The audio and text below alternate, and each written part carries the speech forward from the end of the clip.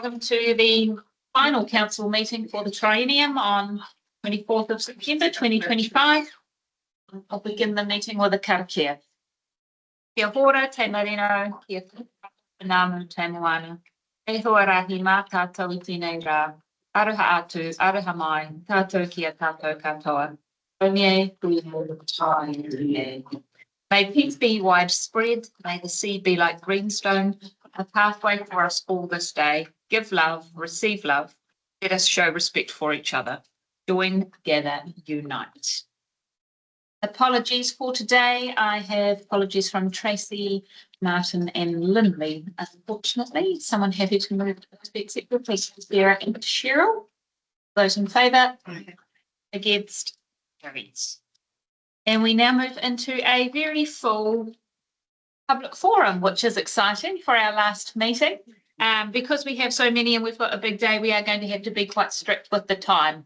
But Barbara is waiting online for us. Barbara Fraser from the Teviot Museum. Barbara, the floor is yours. Right. Can you hear me? You can. Okay. Well, good morning. So our museum is applying once again for help with our operating costs, which have been steadily increasing really since we bought the new building in 2022. So in the past, we have appreciated the $2,000 grants from the Teviot Valley Community Board. However, with a total of 5,000 community funding for the whole of all the organisations, it has been limited. We did apply for a $4,000 grant last year.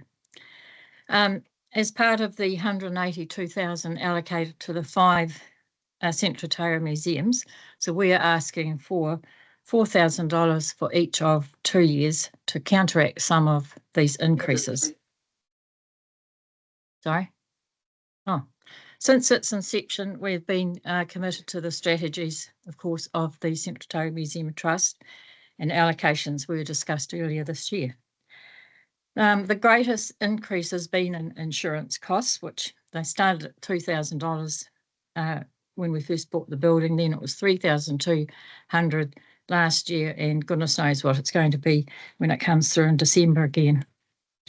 We all know, well, you all know that rates have increased, but we have been grateful for some remission on these. Similarly, electricity has increased, and we've deliberately not installed hot water to keep these costs to a minimum. And our latest water bill was $0. Our operating costs in the last financial year just over $9,000, projected for this coming financial year $12,000. Anyway, fortunately, we do have control over other aspects of running this community asset. We have no paid employees. We rely entirely on the goodwill of our committed volunteers. Currently, we have a great group of multi-skilled men, and they have held working bees every Thursday, bringing expertise in building, welding, cabinet making, and various other things. And with these skills, they also bring the bonus of being able to make good use of recycled materials. We're also lucky to be able to collect several stored pegboards from under the seats in the Roxburgh Entertainment Centre, as well as some ex-Art Society, loads of plinths just before the Entertainment Centre burnt down. We're in discussion with RESIP at the moment regarding use of damaged bricks to use as paving in front of our new information panels. We have another 10 rostered volunteers currently geared up to again open both museums at weekends starting in October. And we have 3 volunteers who live close by, and our monthly meetings are well attended. Throughout our journey, we have been encouraged by the feedback from various professionals who have visited, and actually most recently, just last week, the Te Papa Museum Development Officer visited, and she was actually really impressed with the way that we're developing our Teviot stories to create the points of difference with the other museums, which she also visited. However, I just need to stress that our role is the same as the other museums, namely to provide a community service by preserving local heritage, as well as adding attractions for local tourists or tourists. We will be celebrating our 50th anniversary of the Tibet District Museum in November next year, and we intend to fully open the new museum also at that time. So to some people, a brick is just a brick. To another, such as someone, for example, who's spent decades in various roles in the entertainment centre, just being able to hold a rough and blackened brick, such as actually just happened the other day, brings a whole different story. And it's these stories which are really at the heart of our purpose, giving us the satisfaction of being able to provide such experiences for both locals and for touring visitors. So we are asking that you consider our application in this light, and we will be grateful for any funding that comes our way. Thank you. Any questions? Thank you very much, Barbara. Does anybody have any questions at this point? Perfect. Thank you for joining us online. Okay, thank you. Next up, we have museums. Nick Carroll from Momentum Charitable Trust. Kia ora, team. Can you all hear me? Yes, Maria. Yes, we can. Thank you, Nick. Thank you. All right. So yeah, I'm Nick Carroll from the Momentum Charitable Trust. So Momentum exists to support people in prison and on probation, or serving a community-based sentence. So we are based in Auckland, but we kind of support programs and initiatives all around New Zealand.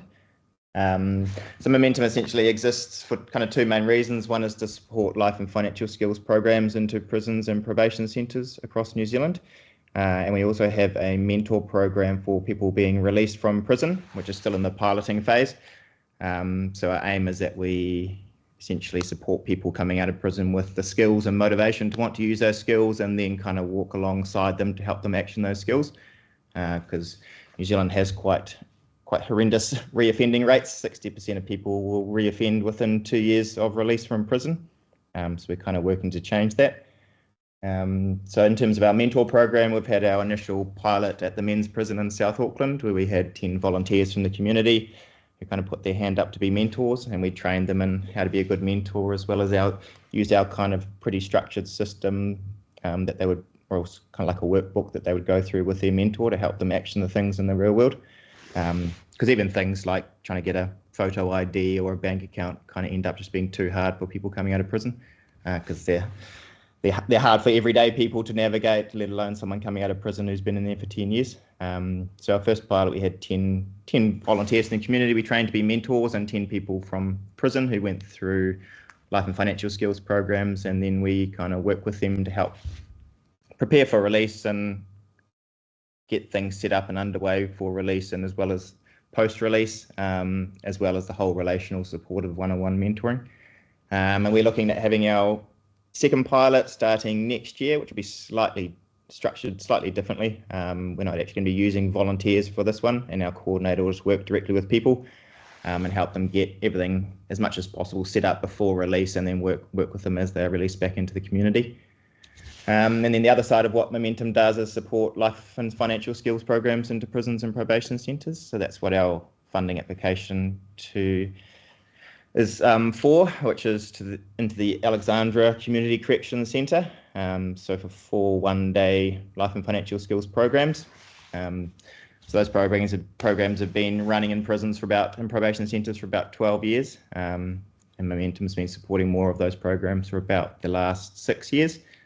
Since we were created. And essentially the programs are the one-day programs for 20 individuals who are going to that community correction centre. Often it's people going to those community correction centres have either done something wrong, but it's not bad enough to go to prison, so they'll be given community hours, and they report to that centre, and then they can use a percentage of those hours on programs rather than doing something in the community, which could be picking up rubbish or that kind of thing. So they can do those on programs where they're actually getting valuable skills. So the programs that we've applied for, one is called Work Ready, World Ready, which is all based around kind of employment readiness, and that's workshops on personality profiles, helping them get a CV, preparing for a job interview, and goal setting. And the other one is around financial literacy. That one's called Money and Me, which has workshops on budgeting, doing a household budget and that kind of thing. Savings, which all includes KiwiSaver and that kind of thing, how to save money for something. And then a workshop called Money Musts, which is all around kind of the financial essentials, kind of what GST is, what tax is, where their tax goes and that kind of thing. And then finishes also with goal setting.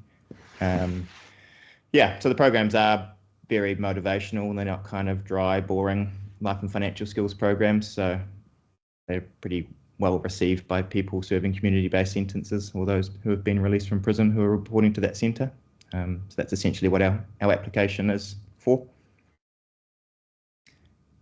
Oh, thank you very much, Nick. Has anybody got any questions? Yeah, I just got one. I'm just interested to hear, Nick, as to why it would be appropriate for the ratepayers of Central Otago to fund your request.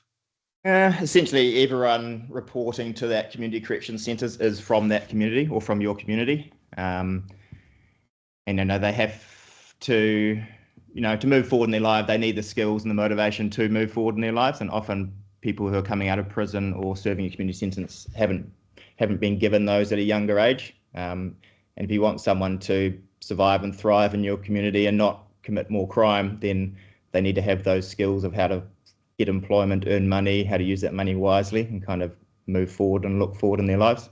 That's essentially why quite a few councils and local boards do support the programs into their areas. So it's quite common. Yeah, and I guess I've got a kind of a follow-up to that one. That is, nations doing? Do they not provide any of these key skills as part of the work that they undertake with offenders? They have employment. So basically, these programs work quite well because most community corrections centres have employment brokers, but they're working one-on-one with individuals to get them employment. So this fits quite well as it's kind of the education and gets their CV and gets them ready for a job interview and that kind of thing, as well as the financial literacy aspects, but gets that kind of done in a group environment. And then they kind of then work one-on-one with those individuals, start actually applying for jobs because they have those connections with local businesses. Thank you. Any other questions? Wonderful. Thanks very much for joining us, Nick. Thanks so much. Is Sarah online? Yes. Okay. Fiona Reeve from Huddle. I'll come up to the table if you like, and then you can have a seat.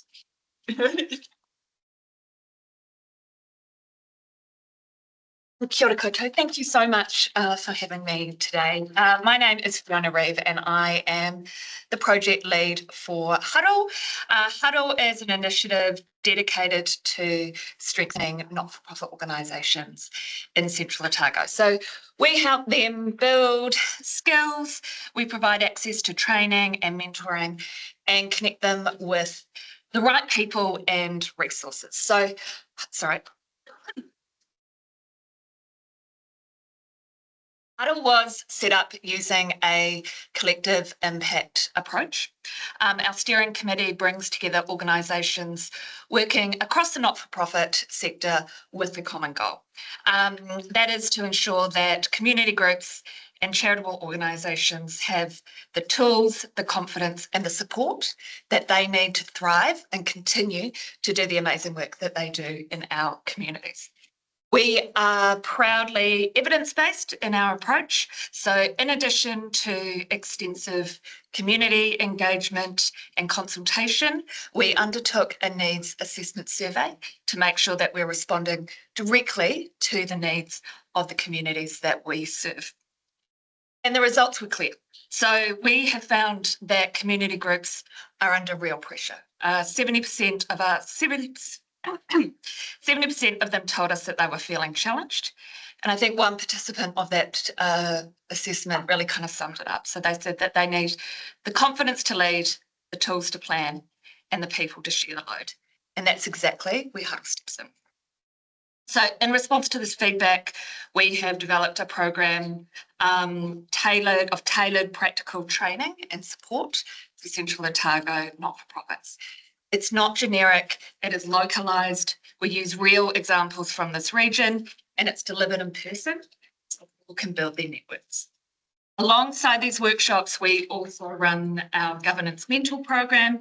That is a 6-month initiative that pairs emerging leaders with experienced mentors. Many community leaders have told us that they feel isolated and they lack confidence. So this program helps address that. The feedback from our survey from the last cohort speaks for itself. So 100% of those surveys said that they felt more confident in their governance role and 80% said that they felt more capable and effective. It's a direct result of this program. With our current cohort, 42% are Central Otago-based organisations, and we're looking to run this program again next year. We're also establishing a skills bank to match skilled community leaders with community groups to meet their specific needs.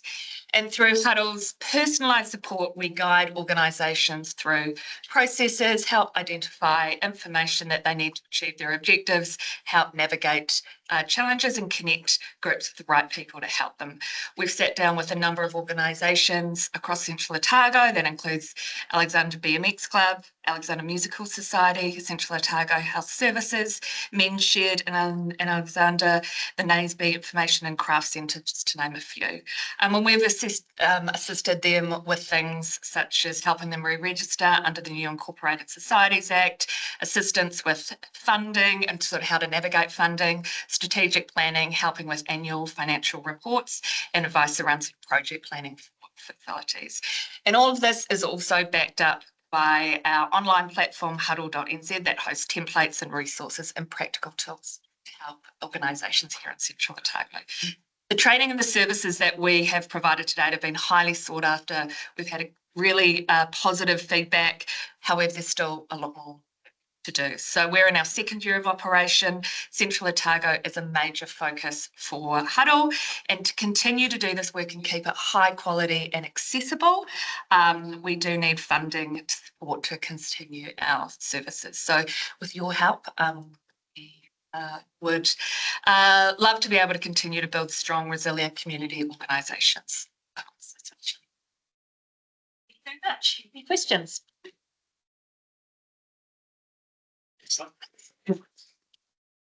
Thanks, Fiona. Very familiar faces, Rebecca de Jong and Brian from Central Otago Arts Trust.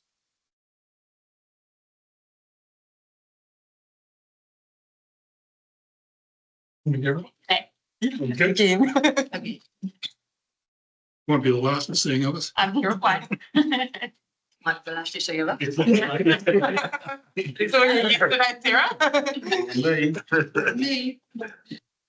Okay, on behalf of the Central Otago District Art Trust, thank you for giving us an opportunity to speak to our funding application for the next 2 years.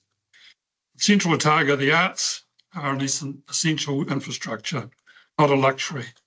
Just as you invest in roads and water systems, the arts connect communities, strengthen our identity, and contribute to social and economic well-being. They attract residents and visitors, enrich daily life, and make our district a vibrant place to live and invest. Our trust is made up of 8 committed volunteers and a part-time coordinator who bring a wide range of professional expertise, legal, financial, creative, educational, human resources, and community engagement. Together, they donate countless hours to ensure CODAC is effective and future-focused. Support from Central Otago District Council gives us the foundation we need to grow. It allows us to leverage further resources, approach other funders with confidence, and keep expanding opportunities for our community.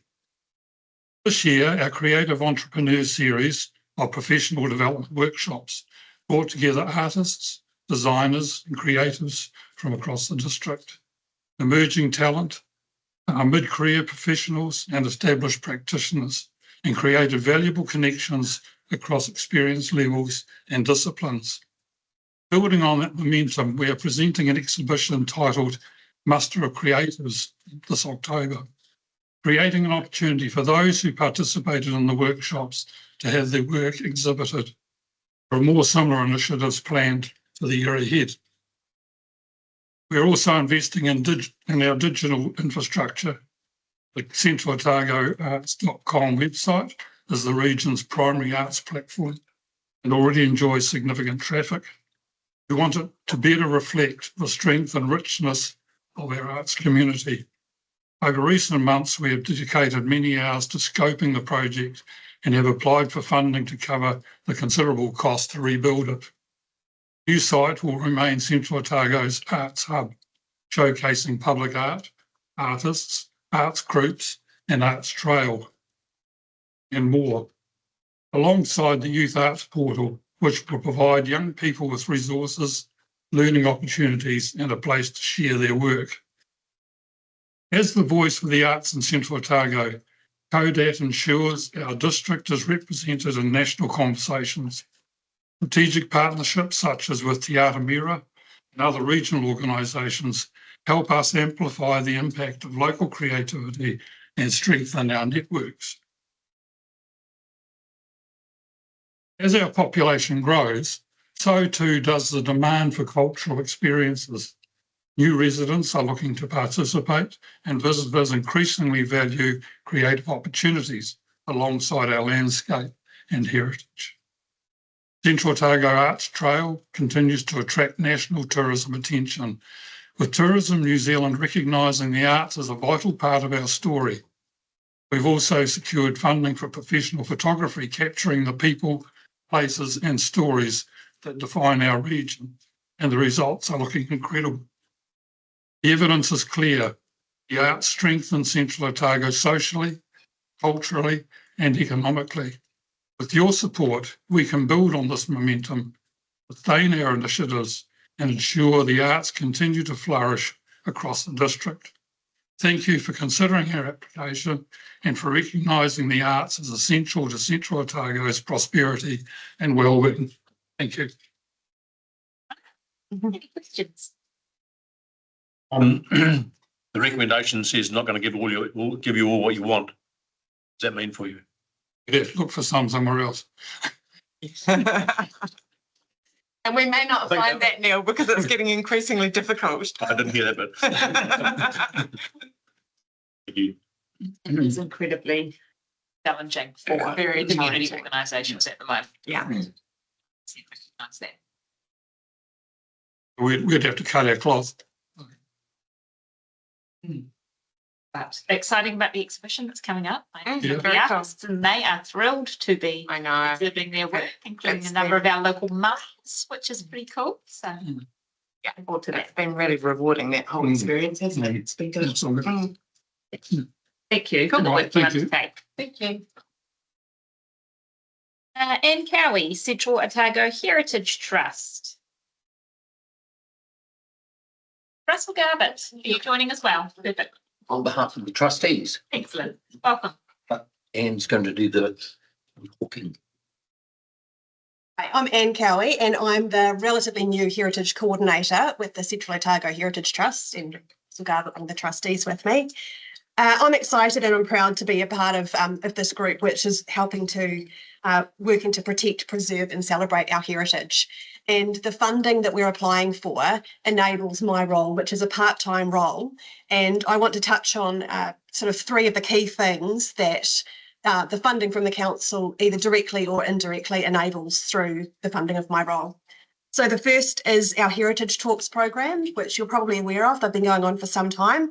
They're a great opportunity for members of the community to come together, to learn something new, to feel a part of the a sense of community.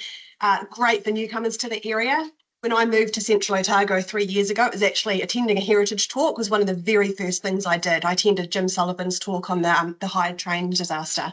And I was just blown away by something like sort of that sort of, you know, just that sort of powerful happening in a community like this. So I was like, that's a great thing for a community here. But also the very high levels of engagement we get through these heritage talks.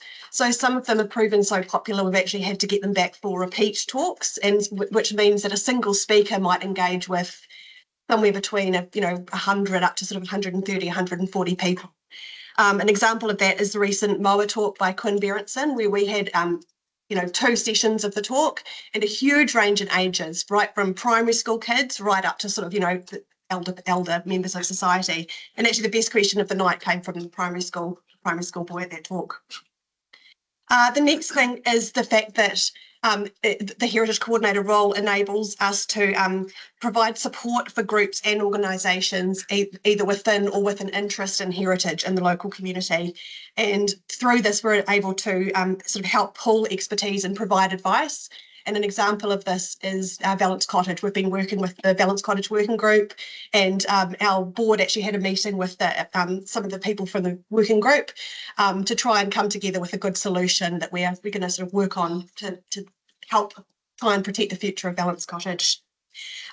Tied in with that, we also produce newsletters on heritage, as well as updates on our website and social media, where we share heritage news and events, and basically just help to get people interested in and excited about heritage. And the third thing is our big key project, which is the Oral History Project. So the funding from Council doesn't directly fund this project, but it enables us to seek further funding, which does keep this project going.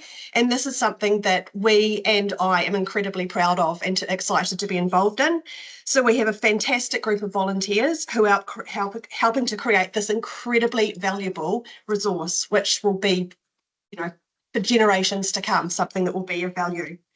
So the beauty of our oral history recordings is that all you need is an internet connection to access them. They're suitable for everyone. And I think a really positive thing is that they're helpful to members of our society who are physically and or socially isolated. It can help them kind of like join the community and feel a sense of belonging and just learn about the history of the place. So and people's personal histories. In addition, we've had contact from people overseas who've listened to the recordings, and it's helped them sort of spark some of their family history, and they're seeking more information or to get in contact with someone through the recordings. And a big thing for me on this, and it's something that I'm looking at in my personal family history as well, is that once these stories are lost, they're lost forever. And we had a conversation recently of some man who passed away recently, and the comment that we wish we got to speak to him. And it was a reminder for me that, I want us to reduce the possibility of disappointments by not talking to these people and capturing their stories while we can. So particularly the people that we're speaking to now are of the generation where, their whole lives weren't recorded. So it's so critical that we capture these stories. And that's something that I'm excited and passionate about. So just Russell, do you have anything to add? No, we are looking at developing the repository of the oral history. And that's something that the Trust has just been talking about very recently. Because in some of the stories that we've researched and developed in producing our bulletin, which have characters of the region, and also from the material that's been researched and produced for instance, the CN100 project of the museums. There's a huge amounts of research that's been done on that. And so what we're looking to do is expand both the repository of the oral history and the additional material that's been collected and produce that in a number of forms, which can be used either for podcast. We've had strong interest from radio as well, and as well as the education sector. So that's something which is going to involve the Trust in a lot of work to set up both the scope and the process by how that happens. That's a very, very exciting project. I think that's all. Any questions? I just think the oral history thing is massively important in the modern generation with people fumbling, you might say. And that heritage and history is massively important for the future of Central Otago. Showcase at every level, really. Please, you're doing such a good job. Thanks. Thank you. Thank you, Russell. Mary Ann Baxter from the ADMI. Welcome. Thank you. And Andy Dable. And he's just got something to hand around if you wouldn't mind to each of them. Okay. First of all, apologies from Paula, who is flat out getting the Festival Art exhibition open for tonight, and Andy, who's been hugely busy already this morning, setting up more of our Winter Stellar exhibition. So thanks for being able to manage to get here. Kia ora koutou. At the outset, we'd like to make a really huge thank you for all the support that we've had via the rates through ECB and now through you as our council. And I guess now what we would like to say that it's your good fortune and opportunity and challenge to consider how you can provide for us to be able to endorse what we see and believe from the feedback we get as one of the real jewels in our district's cultural and heritage realm. Statistics we saw at our last AGM and our annual report demonstrate how much we're doing, and actually, albeit, although it is on the smell of an oily rag. To see our visitor numbers in the last year grow from 20,680 to, in 2025, 27,313. The volunteer hours from 4,100 to 6,100. And now we're also keeping down the children's numbers, and it was a delight to see that they already are showing at 2,423. We go well beyond our core functions authentically, inspirationally, and bucket loads. Indeed, we are a CODC enabler. We ensure you can tick off many of the priorities you have with pride. However, with huge regret, our paid staff, our 1.4 full-time equivalents, are stretched far beyond what is elastically possible to sustain. We are particularly concerned also that we see our volunteer hours stretched too, to ensure that we keep this jewel shining in every way that our district celebrates. Our paid staff also give as volunteers, and our volunteers give in the hours submitted. And again, this year, we're seeing already, as we count, that we are exceeding our hours to date. So we do need funding to be able to support this fine attribute to our community and to see us returning to viable, sustainable staffing, such as we had in 2015, which is virtually double it at 2.75. We're very grateful, as I said, for the grants we do get, but now we're making an emboldened extra plea for funding that has been provided in the past to see this jewel shine and promote this glorious place, the Gem of Central Otago. We're also seeking grants for 2 years so that we can have stability and backing for our staff and our operations, because we are time poor.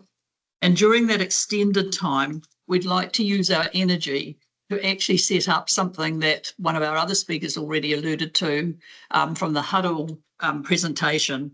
We know we need to develop our long-term visioning so that we can persuade our funders that we really are very, very clear about where we want to go in the very long term. And we need to take some time out to do that. We can't continue to do what we're doing and also do what we need to do there to see ourselves move ahead. Please take into account the affirmations you've received from the submission, and also looking at your own LTP report. There's a wonderful set of affirmations there about what our Central Stories is seen to be doing across the community. Again, our shop, our information hub, also add immeasurably to Central Stories' advocacy of all that is great in Central Otago. And additionally, beyond what I'm presenting, just in case I don't get there in my 5 minutes, I have added at the bottom of it the range of ways that we actually demonstrate what a vibrant museum we are. In our application, we know and we show how critical it is to have our ducks in a row. And that includes raising that funding that I've just mentioned for the long-term plan, as well as getting our staffing to a sustainable level, which will ensure that we have people that we know have a work-life balance. I'd like to think we're actually saying life-work balance. I think that would be really demonstrating we're a good employer. We seek your support for further funding to enable that meaningful consultation, working with our whole community and forging long-term partnerships. That will allow us to do such things as actually get out and get some funding sources that we haven't currently, and see ourselves in the position that we can all feel comfortable that Central Stories is here to stay and to glow, to sparkle. We really ask you, as part of your commitment, to take into account Central Stories' track record. We're not projecting something we haven't proved. We believe that the track record with Andy and Paula at the helm is exceeding all expectations, and we want to be able to secure funding to ensure that. And finally, we respectfully request in your deliberations that you will reflect on all various sources of district-wide funding that have been allocated to the museum sector elsewhere in your annual plans and district-wide LTP, so that the decision you make today is one that demonstrates your commitment loud and clear to equitable sharing of district-wide rates funding across the whole of our wonderful Central Otago museum sector. And I just commend to you the information we have below, which demonstrates how widely we are actually going well beyond what I think we can expect of a district museum. But we do it with much pleasure and pride. Not but, and we do it with much pleasure. Perfect. Thank you very much, Marianne. Any questions? I guess, again, the recommendation, I think, is $82,000, which is in line with previous years. I think what I'm hearing is saying that's not sustainable for. That's right. How do you mind going for? Thanks for the question, Neil. I think what has happened for us is that, as with having Paula and Andy leading for the last 3 years, we've been able to shift from what had been probably a turbulent time, and we are in a very, very successful situation now. But the sad thing for us is that we are constantly feeling the fragility of that situation, and we don't want to pull back from it. I know the option is that you cut your cloth, but I think we actually have something which addresses our tourism, addresses the demands, the list below, and the where I've left for your mulling later, demonstrates how widely we're catering for our community. And one of the things when we were reflecting on putting this together is a very exciting part of what is being seen happening now is how we are interweaving the activities so that what is seen as part of a museum, the historical is coming across, such as in the Operation Grapple. We've got phenomenal natural science work going on in terms of currently the night sky, the winter stellar. We've had Te Papa come in with the colossal squid. We've got a booking again for at least one booking and possibly two with them next year bringing exhibitions to us. And we also have a phenomenal relationship developing with Te Hura Otago Museum. And I have to say the partnerships that are occurring within the community as well, Central Otago REAP enabled that to be really, really exciting for our children. We had over 330 children come to that exhibition. And the dome, I don't know if you got inside it, I did. The dome was phenomenal in terms of seeing the night sky. Well, Central Otago REAP stepped up to pay for that. We did not have the funding. They contributed. So in terms of what's happened with thanks to our staff and the networks they're building and the partnerships, we're able to punch so far above our weight. You know, I was just recently down at Otago Museum and I came back here feeling incredibly proud. I think it's a fabulous museum, but boy, we're doing our bit too. So we don't want to pull back. We see the successes. You can see it in the numbers that I spoke to at the beginning. We are growing very, very quickly. We want to be here for them. Thank you very much. Really appreciate your time, as always. Thank you very much. Get to hear what to do.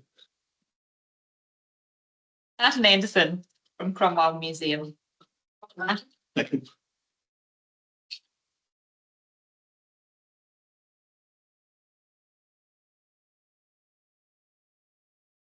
Thank you very much for the opportunity to talk to our funding proposal. It's the first time we've done one of these to the council. Previously, the museum was funded by a grant through the Cromwell Community Board. And we're seeking a similar level of funding for this 1 year. This is very much a transition year of the Cromwell Museum. And we have produced a similar budget to what we have done in previous years. But we have got 2 additional items in there this year, which haven't appeared before. I should say that the grant we've been receiving from the Cromwell Community Board has been, I think, $41,000 now for the last year or so. We're seeking a similar grant for this current year. And we can also say that it's likely that in future years, the sum will be significantly less, because previously this grant has funded our director, our curator, and of course Jennifer is now an employee of the council, and I think that's a very fine solution. But we are in the midst of transitioning to a new museum, totally new environment. We're still feeling our way, and so we don't know what next year's budget is going to look like. But we'll wait and see how we do with this one. What's key is that we hit the ground running when the museum is due to open in July next year, and we have got two one-off areas which total about $26,000 in total. One of those is the employment or the contracting of an education consultant. We want to have a very dynamic education program for children, and this is the sort of thing that we don't have the skills in house to do, but which is so important to the delivery of the final. So we want to start using consultant services in January next year, so that by the time July comes around, we've got a plan for how we address the schools program, and we'll be looking at having this person employed on a short-term contract basis. So that's one of the major new initiatives that the museum wants to put in place. The other one relates to our use of our volunteers. Cromwell Museum's got about 25 volunteers, some of whom have been working with us for a very long time. And we have a core group of volunteers who have basically been responsible for all the management of the collections and the digital storage of information about all our collections. And we've got some very big tasks coming up from the end of this year to enable the move into the new museum. And one of these is to deinstall and reinstall all our mobile shelving. Secondly, to package up the whole collection and identify it and provide a condition report on all of those items before we move to the new museum. So we're going to use our volunteers for that because they're best qualified, but we do want to make them an ex gratia payment in recognition of the time that they put in, because it will be significant and it will be far in excess of what we normally expect our volunteers to be doing. And that sum amounts to around about $12,000. So those 2 items really constitute the main difference between our previous year's budgets and this year's budget. Our total expenditure is budgeted to be of the order of almost $70,000. But this includes those 2 items I just mentioned, and it also excludes the costs that we've normally incurred for employing our director. We think we can make some savings because we have an allocation for advertising and marketing, and we need to be talking with the council about whether this, in fact, might be their responsibility in terms of the new museum. It's a conversation still to be held. We pay significant funds for off-site storage in Cromwell Industrial Area. We have 3 off-site storage garages which have got connections in them. We believe we'll be able to transfer those from the off-site storage to the old museum once we've moved out and save money there. So that's going to be a significant Martin, we're thing. just at the 5 minutes and we do need to be quite strict with the time. Yep. So have you got anything final that you'd like to touch on, please? And the no, that's pretty much it. Just to say thank you for the opportunity to present this to you. Thank you. Has anybody got questions for Martin? I've got one. I just wondered, you talked about the use of consultants for a school program. Have you had any discussions with other museums who are running successful school programs that might be able to save on some of those consultancy? I believe Jennifer has, yes. Yeah. Well, I can't comment in detail. Thank you very much. Good. And now welcome Matt Fowler from Dunstan Hospital. Kind of trust. Or yeah, we come straight from hospital, just to clarify. Definitely not. Thank you. Well, and it's not a public speaking, been known this here with me. Kura called Iwi Timanga, Yara Kiwa Timoana, Kira Araha Timarai, Ela Pukuima. Morena. I'm here today on behalf of Louis, Central Otago Health Incorporated, Dunstan Hospital. So a little bit about us. We were founded in 2000. Sure you all know that Dunstan Hospital is a community-owned hospital. So COIN was established back then to essentially be a strong link between the hospital, the day-to-day runnings of the hospital.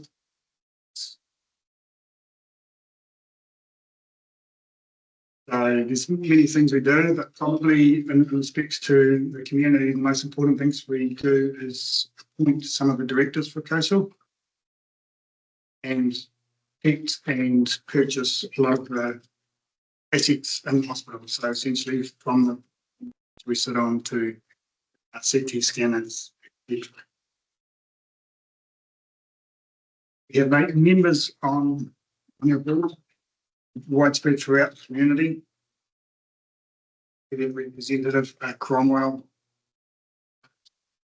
We have a couple of service providers from within the hospital on the floor, so that's good for us. Myself as a Tangata Whenua representative, and also the council member. Basically, I haven't seen a nice face here today. Yes, so we have been lucky enough to be recipients of past fundings in this application. An ongoing thing for us, obviously, with the growth and everything, with just more and more pressure being put on the hospital aspects of it. We have in the last couple of years used funding we've received for admin costs. As it could go, but we have used it for the last 2 years at least. Yeah, and I guess just can't stress enough how thankful we are from both the community and going to even have this opportunity. And that would be wonderful if we could receive again. It would be amazing. Thank you very much. Matt, has anybody got any questions? Perfect. Thank you. We are quite familiar with this one, and really appreciate you taking the time to come in.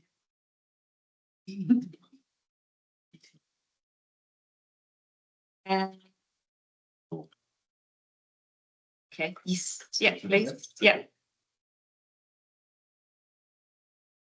We've just got one more grant applicant who we will attempt to join over the phone because the link is not They're working. Just bringing me. Feast or famine, both links. It seems that way. doesn't it?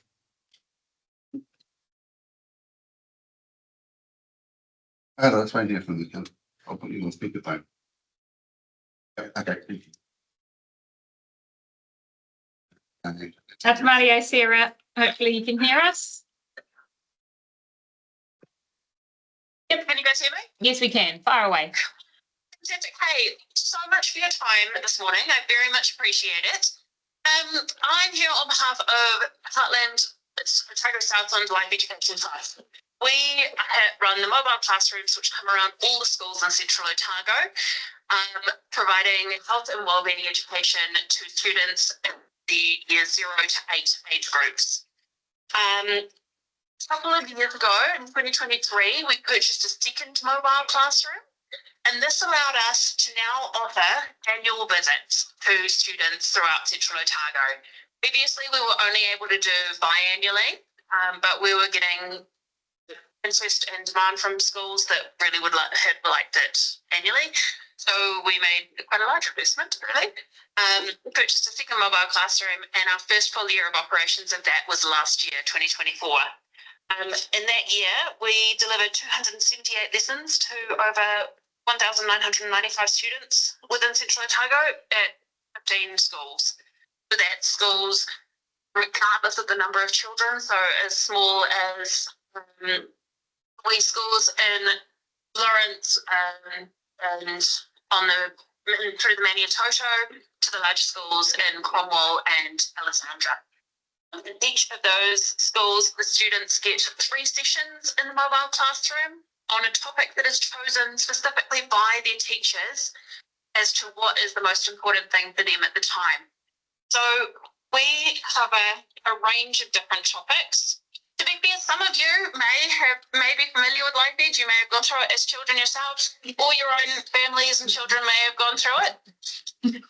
Some of us have, not others. So things that we're covering now have also changed. So it's not just a focus on nutrition like it used to be. There's now a lot about mental health, respect for yourself and others, talking about peer pressure, building self-esteem, and how to deal with anxiety. We're also moving into areas like vaping because that's become quite a problem with some schools. And looking at how kids can develop strategies to cope with cyberbullying and what they're actually trying online, because things really are changing for our kids. Of course, we still look at healthy eating and nutrition, healthy lifestyles, way to keep active, and how your body works. And then also there's drug, alcohol, and nicotine education, depending on, again, what the teacher chose. So in some schools, there can be very widely different subjects taught between different age levels and different class levels.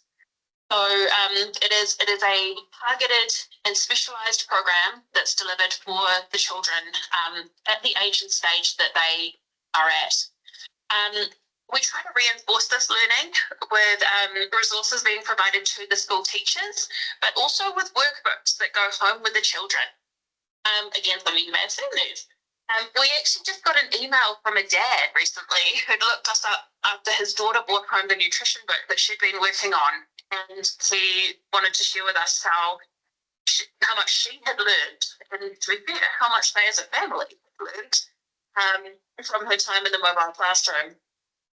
And then the other thing I just wanted to share was that we recently ran a fundraising event, and probably the biggest take-home thing for me was the fact that the life education resonates with people throughout their lives.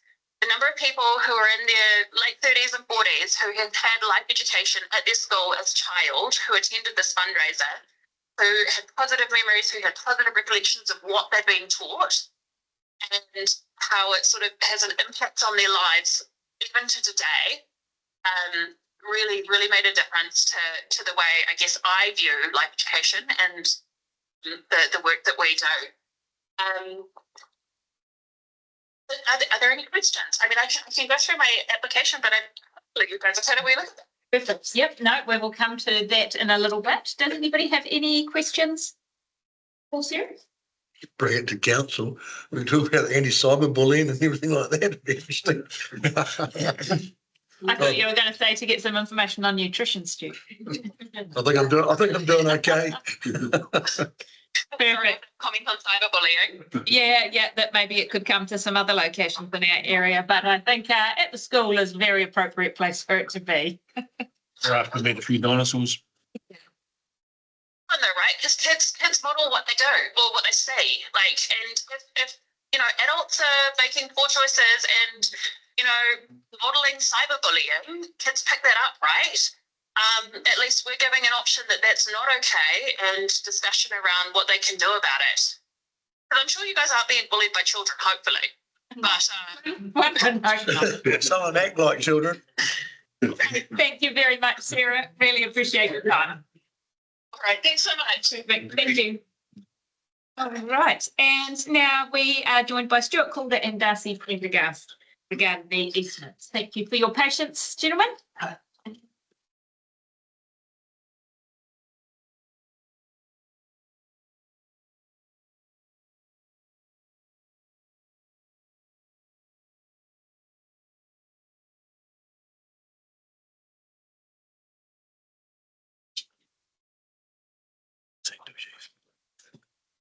This is on.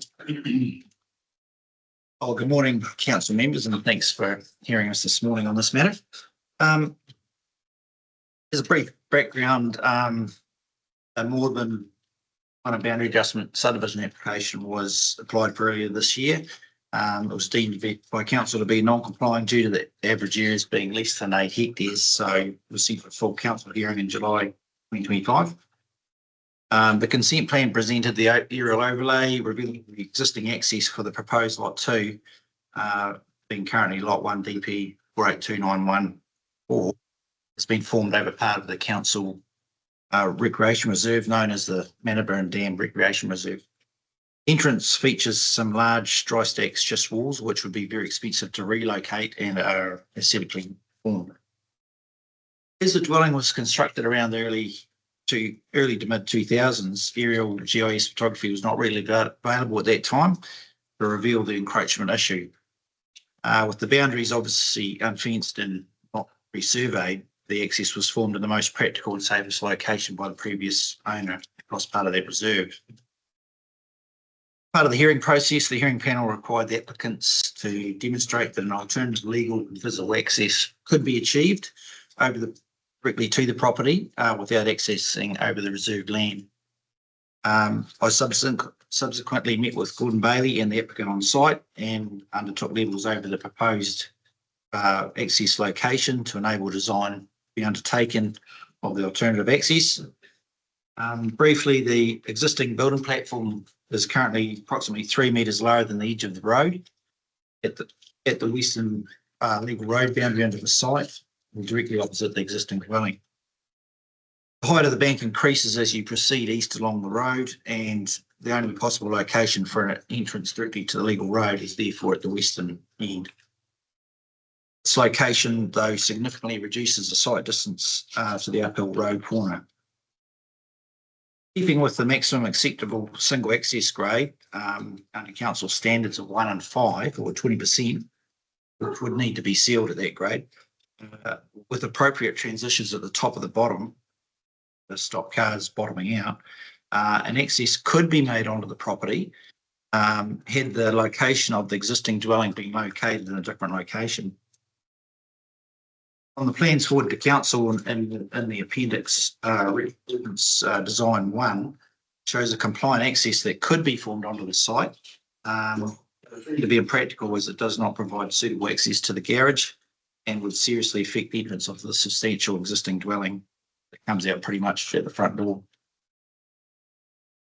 Due to the high 1.2 retaining wall, this would also create an obstruction to the garage manoeuvring area, making it difficult to enter and exit into the garage. The location of the entrance onto the existing building pad could be swung further to the west, but this would mean forming a driveway around the lawn area on the north side of the dwelling and circling around to get into the garage, and this was not deemed to be an acceptable solution. On the positive side for council, and I note on the report where it talks about advantages and disadvantages of accepting or declining this application, it says there are no disadvantages for council. However, the boundary adjustment proposal that we've currently got at the hearing and waiting on the result of this access is vesting approximately 1,040 metres of land for road over which the existing road is currently formed. And by vesting as part of the subdivision application, will be of little cost to the ratepayer where the reserves area to correct this reserve area access issue. Applicants advise that if an easement or lease is not able to be negotiated with council, then he will not proceed with the boundary adjustment and subsequent road vesting. The cost for council to undertake a road stopping under the Public Works Act is a separate process, would likely to be 10 to 15k at a rough guess, plus the land value. So it's a significant saving there for council ratepayers. The reserve land on the northern side of the Lower Manninburn Dam Road has little recreational value as it appears to be part of the existing adjoining farmland. Under the Manninburn Dam Recreation Reserve Management Plan 2025, Section 7.1, the occupational reserve land that is currently grazed was noted, and Gordon notes the council was authorised under Section 54(1)(a) of the Reserves Act to issue leases. Applicants happy to enter into a grazing lease, subject to acceptable conditions for the larger grazed paddock, but principally wants the access and small area of native planting protected as a minimum. So in conclusion, the existing access was formed in its location by a previous owner, not the current owner. Relocating the access to be directly off the legal road boundary where possible was not practical and significantly reduces sight lines to the uphill road corner. So there's a safety issue there. This part of the reserve area has no significant reserve value, and the ratepayer benefit of getting the physical road vested is a significant saving. Thank you. We're just at the 5 minutes if you want to. I know you never hear. Okay. I've been tough on everyone else as well. I got two Thank you. lines. Sorry. And also small income can be obtained towards the upkeep and enhancement of the utilised part of the reserve through the lease agreement. So therefore, I think it's in all parties' best interest to grant an access easement and lease for the benefit of the applicant's property. Thank you. Very much. And I recognise that there are probably some challenges with that sort of landscape when we didn't have GIS mapping as we have now, even though that property was built that long ago. Any questions? Perfect. Thank you very much. Okay, thank you. Wonderful. Thank you. And we now move to the confirmation of but a lot of different leaders here on the minutes begin on page 7 of the main agenda from our meeting on the 27th of August. Is somebody happy to move those? Thank you, Sarah. Seconded. Thank you, Ian. Those in favour? Against? Carried. From page 21, our declarations of interest. Has anybody got anything to add or amend to those? Anything you'd like to note at this point? Today's agenda, I'll have an interest from a hearings panel perspective in item 25.18.5. So I won't partake in that.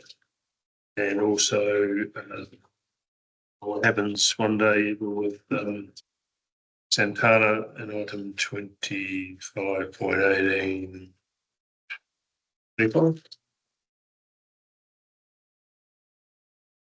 Note that, Dave. Item 18.25, I've got a contract as well. Fine, we can note that. And then if there's anything else that crops up before each item that you've not thought about at this time, please do just remember to step aside from anything. You found another one. Right, yeah, thanks. Is one of them the interregnum period? 25 sticks the easement over the Sugarloaf. Far up to that. We're working for the applicant. Oh. We are now delighted to welcome Community Board Chair Anne Harrison from. No. Still holiday attire. Yeah. I can turn up in person. Yay. Welcome, Anna. The table arrangement today is We really need to quite take down intimidating, isn't it? a segment because we've had a few apologies, so maybe. Oh, okay. That's okay. I've got a big voice. You'll be able to hear me. Kia ora koutou. Thank you for the opportunity to give you this final board chair update to the council today. It's really nice to be able to be here in person, so I'm not dashing back to manage my school today, although the builders who were supposed to be here this morning have not turned up, so I will go and manage that. It's been a really busy triennium for the Cromwell Community Board, and we've worked really effectively together. Our final meeting felt very much like the end of an era for a couple of reasons. For one, representation is going to look different around the board table next term. So there will be fewer faces, voices and opinions around the table, and fewer councillors fully involved in our discussions before recommendations come to the council table for decision making. We've got a lot of stuff done over the last 3 years, or at least a lot of stuff started. We had a bit of a rocky start to the triennium with too few people choosing to stand for the board and the need for a by-election, but we skyrocketed from there. Wally was a brilliant addition. He questions, challenges and keeps us all making sure that we have full information before making decisions. We have an amazing new facility being built in the Cromwell Heritage Precinct. This has made us all feel like we're on the way to delivering on a long-awaited project for our community, and I, for one, am really looking forward to seeing it open, busy, vibrant and being used by local groups and visitors alike. The Gare Estate is a giant sandpit full of real Tonka toys, another beacon of hope that there is development happening. Initial work on the development of the Bannockburn Road Industrial Estate is underway. This brings exciting possibilities for Cromwell, not only with the expansion of the industrial area, but with the proceeds of this endowment land, much anticipated to align with the endowment land investment strategy. How this is managed into the future has the potential to be a major boom for Cromwell. So our success stories are also the work program for the incoming board. Nothing is finished. Everything is still to play for. The completion of the rebuild of our Memorial Hall Museum and events venue and the eventual naming will be keenly watched by our community and the whole district. Proceeds from the sale of endowment land being used for the benefit of our current and future populations through careful stewardship, planning and investment will be crucial to being able to progress projects that our community would love to see, but may otherwise not be possible. The big elephant in the room, or indeed in the Cromwell Town Centre, the incoming board will need to make sure there's tangible progress on development of the Cromwell Town Centre, that there's at least a plan or start made. We've had our fair share of issues, controversies and times that we've taken flack from our community or had to stand strong. And of course, there will be more of those in the future. You don't stand for public office for everybody to agree with everything that you say and do. It's certainly a journey. Finally, I'd like to pay tribute to the outgoing Deputy Mayor, Councillor Gillespie, for his outstanding contribution to the Cromwell community and Central Otago District. His knowledge and experience will be sorely missed around the board table, and I'm sure the same sentiment will be felt around this table. Neil, we wish you all the best in your endeavours to be elected to the Otago Regional Council, and we know that you'll continue to be a really strong voice for the Central Otago District in whatever role you take on. So thank you so much for your ahi over. How many years did we decide the other day? Was it 27 or 28? 2027, must be 27, multiples of 3. 28 in the principal. By-elections back then. So thank you everybody around this table. You'll be feeling the same as we did at the end of our meeting. It was quite it was almost a bit of a therapy session, wasn't it? For those of you who were sitting around that table as well, because it really does feel like the end of an era. We're starting off with quite new feeling to the way that we're going to be moving forward, and we look to what the incoming board takes from what the outgoing board has done, and hopefully we will see some familiar faces around the table to help guide that mahi. So thank you so much. Anybody got any questions about what's happening in Cromwell? It's a beautiful day there, just as it is here. Yes, thank you so much for your time. Enjoy your final meeting. Really enjoyed having you come to speak to the whole council. I think that has been a really good opportunity for us to hear directly from the board. I agree, and I Hope think that that's, continues. yeah, I hope that continues as well, that it has been a real privilege to come and actually sit face to face and chat. It was also great when you brought the council on the road and did your road trips around and had your meeting held at Cromwell and the same around the rest of the district. So I hope you manage to, or whoever is sitting in these seats manages to continue those roles. So thank you to the staff. It's been a pleasure working with all of you, and good luck, everybody. Yes. I have handed in my device and voted on my way in. Well done. Thank you. Perfect. I am now going to hand over to Sally. Take a I know. appreciate that.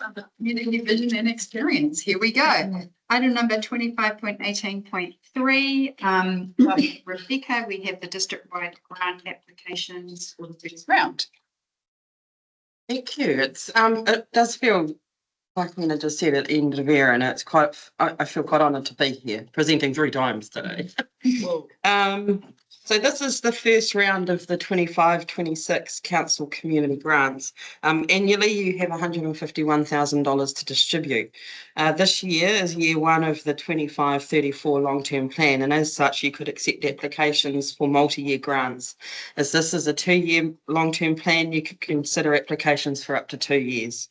We received 7 applications for funding, requesting a total of $135,768. I'm recommending that multi-year grants be considered for the Central Otago Heritage Trust, the Central Otago District's Arts Trust, and the Central Otago Health Inc. I'm recommending a small increase, a CPI increase for both the Heritage Trust and the District's Arts Trust. And I'm recommending that the grant to Huddle be increased because we can. In the past, we haven't been able to consider that level of support, and we are a partner in the Huddle arrangement with alongside Queenstown Lakes District Council, Central Otago District Council, Otago Community Trust as a funder, Central Community Trust South is another funding partner. We're currently in negotiations with DIA, and so it is an entity that has had a significant year and is really starting to achieve its purpose, and has the ability, and as I said, we've got the ability. I'm also suggesting a small, tiny increase to Central Otago Health Inc. in the 26-27 year as they've requested. I have recommended a decline for 2 applications. The first is the Catholic Social Services. Whilst there is no doubt they're an important part of our community, they are they're part of quite an extensive social service network that we've not previously funded. And I think it would create quite a precedent to start funding the social service organisations. We do have a very small funding pot available to us. And I've also recommended a decline before the Momentum Charitable Trust. I think the program itself would have massive benefit for the people who participate in it. But again, my question is, should it be a CRDC funding, given the limited pool that you have, and it's not been bred from here, which is what I mean by not community-led. I'm happy to respond to any questions. I try to find a table that showed me the like it does. Well, here's something we've prepared earlier. Yeah, with your recommendations extra, because I get myself confused, and I tried to build a spreadsheet, but I couldn't cut and paste. It didn't work. So I'm hoping you've got something you prepared earlier. In the other agenda on page 5. Yeah, but that's only got doesn't have the hang on. Doesn't have the museums. Yeah. No, the museum. We're not considering the museums. That's not till this afternoon. What, this is just district. Yeah. I knew it. Yeah. Right. Oh, so that table is the right one. That's I'll look at them. Thank you. Have you got it there, Wayne? Yeah. Good old Wayne, eh? I think she's, Rebecca, in the table, it says you've recommended, 112,200. Oh, question? Wayne, I can't quite read that. Yeah. Come on, Wayne, come on, it's not a test, man. It's in screen, let alone the writing. And you're obviously on that. Crikey.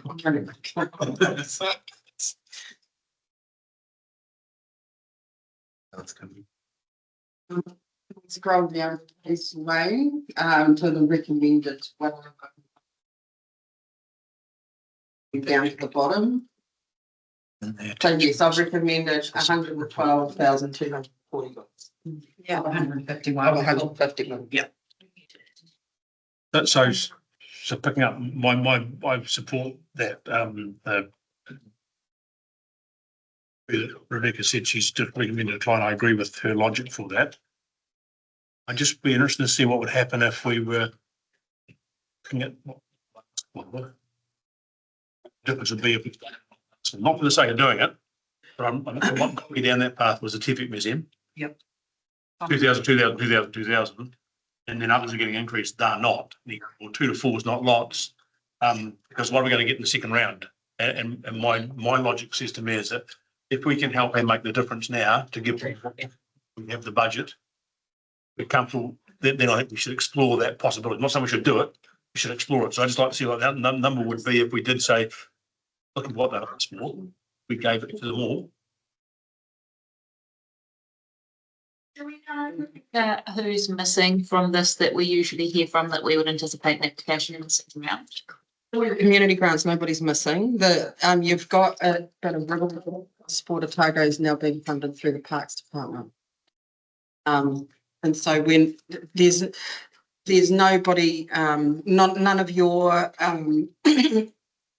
people that apply every year, everyone has applied. So, yeah. Okay. And I agree with yours. I think Momentum Charitable Trust, while that's a very worthy thing, I think the Department of Corrections should be for that bill for programs offered to their people. And Catholic Social Services, again, a wonderful community group for us, but that social service, there's a huge amount of pressure on the social services sector and their funding. And I think that we need to be cautious about opening the door on that because the need is so great and we already have a very limited pot. I'm just getting why Nathan's run off because I think what you might be suggesting, Neil, is using some of the community grants funding for museum grants. No, I wasn't. For the 2 to 4. So what grant were you talking about when you said from 2 to 4?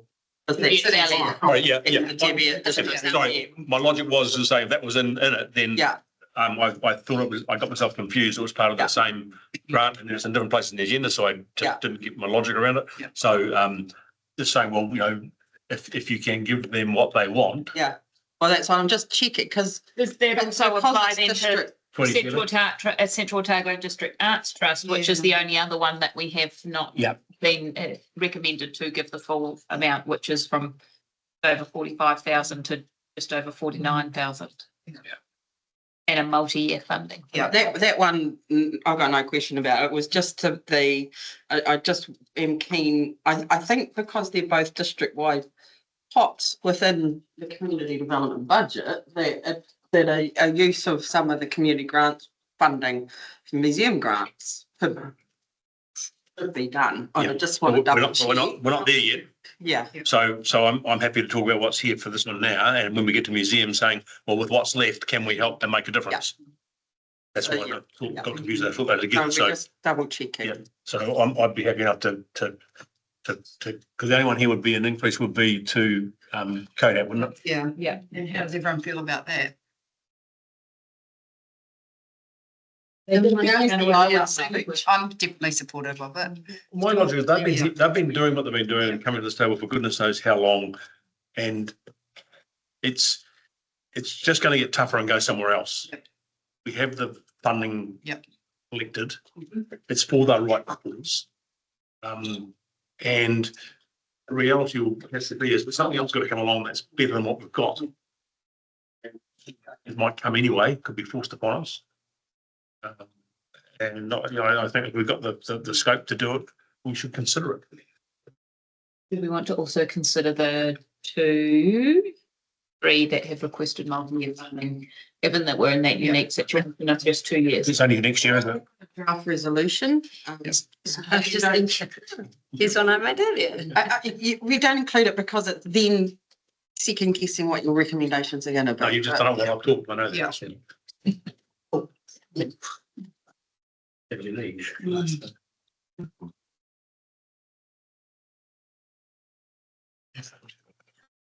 Quite a different layout. We're getting used to a new layout on the screen. Yeah, it's a bit of a challenge. That changed too, is it? Yeah, still in its happy. I'm not happy because I'm going to spend some money on great things. But how come those ones are in the main screen and we're not? That's a good thing. It's just the way the camera's set up. That's quite a good way. It's a good way to have it set up. Yeah, Wayne. keep it like that, Wayne. Keep it like that. That's the future over there. It should be. Priorities, my priorities. Well, you're Nigel. Hang on, he comes out of the dark. Get Sally one. Keep it looking that way, Wayne. Eh? So just the other question is, what does everyone think about the request for funding for 2 years from all of the applicants that have requested a multi-year funding? If we don't, why have it? Yeah.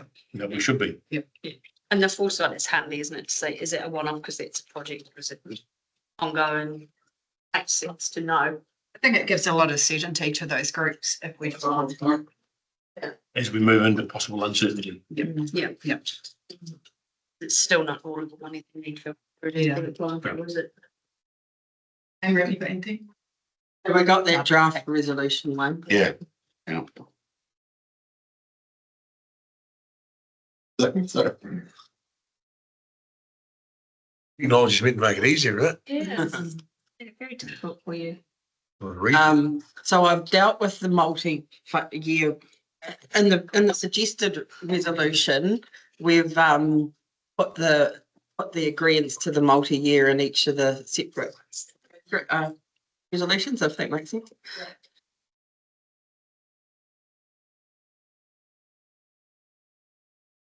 You've got the. So the only change I'm hearing is the Kodak one, which is Central Otago District. It would be to change those figures. Yeah. And can we just get clear on what those figures are, please? $49,388 for 25-26. And be on the right one. So just say which, so Heritage Trust or Kodak. No, it's Kodak. It's Kodak. So it is D. AFD. 49,388. Yep. And 25-26, and it will be $51,312 in 26-27. Dollars in 26-27.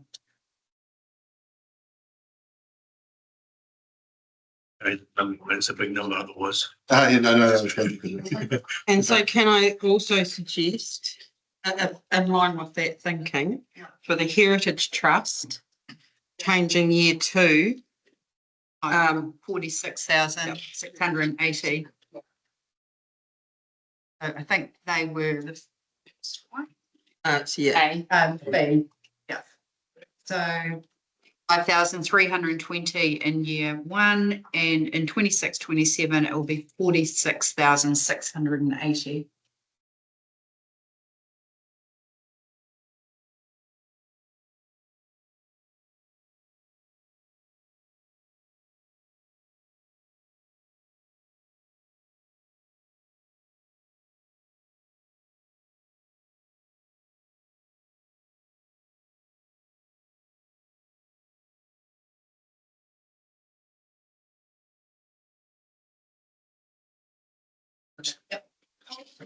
To make an observation that to see something like Huddle come through, I think it's quite exciting, potentially going forward.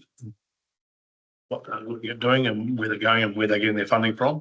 And I put it in the same realm potentially of the Life Education Trust and those sort of ones that are going to be here for a long time.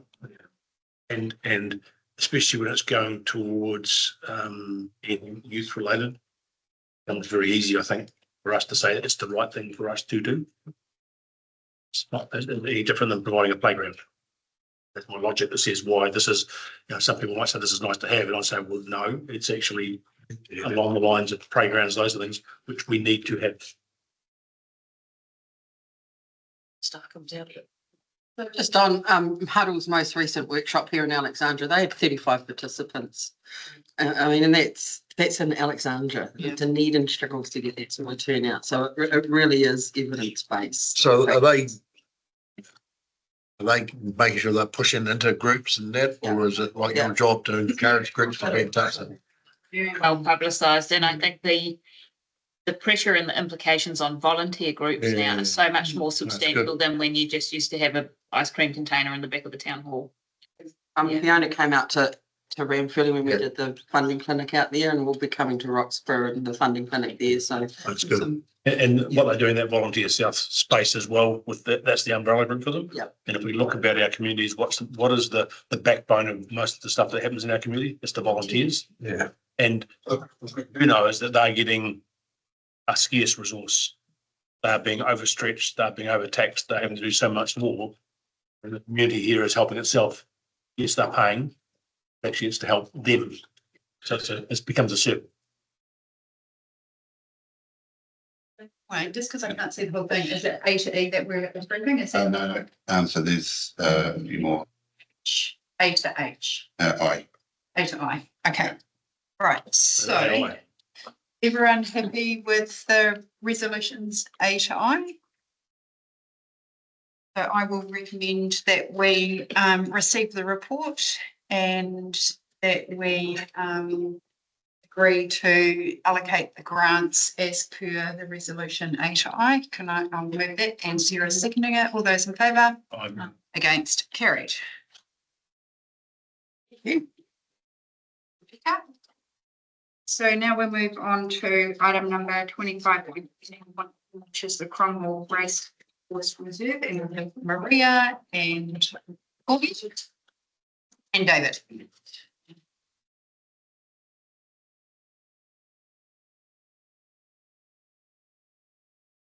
Kia ora koutou. The Cromwell Racecourse Reserve is one of the district's most significant open spaces. At 93 hectares, it sits on the beach of Cromwell and has long been valued for equestrian activities and community events. This plan now looks ahead at how those uses can continue while also enabling recreation to support future needs, including the proposed location for a sports hub.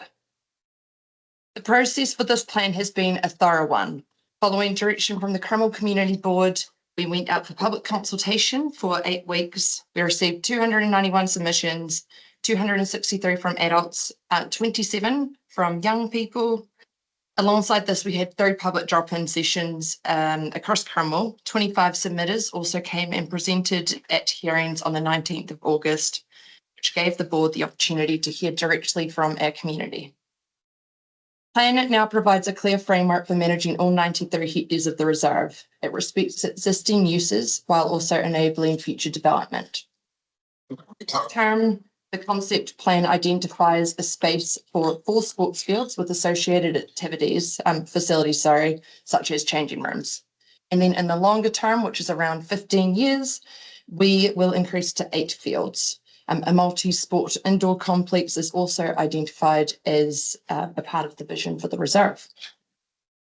Importantly, the plan maintains flexibility on timing and does not commit council to funding. Development will only occur, it will occur only if and when funding is allocated through future long-term plans and operational budgets triggered by demand. On the 16th of September, the Cromwell Community Board considered the amended draft plan. They recommended it to council for approval, subject to several changes. So some of the key considerations that we talked about from the start of the consultation to now included considering the timing for an indoor multi-sports complex.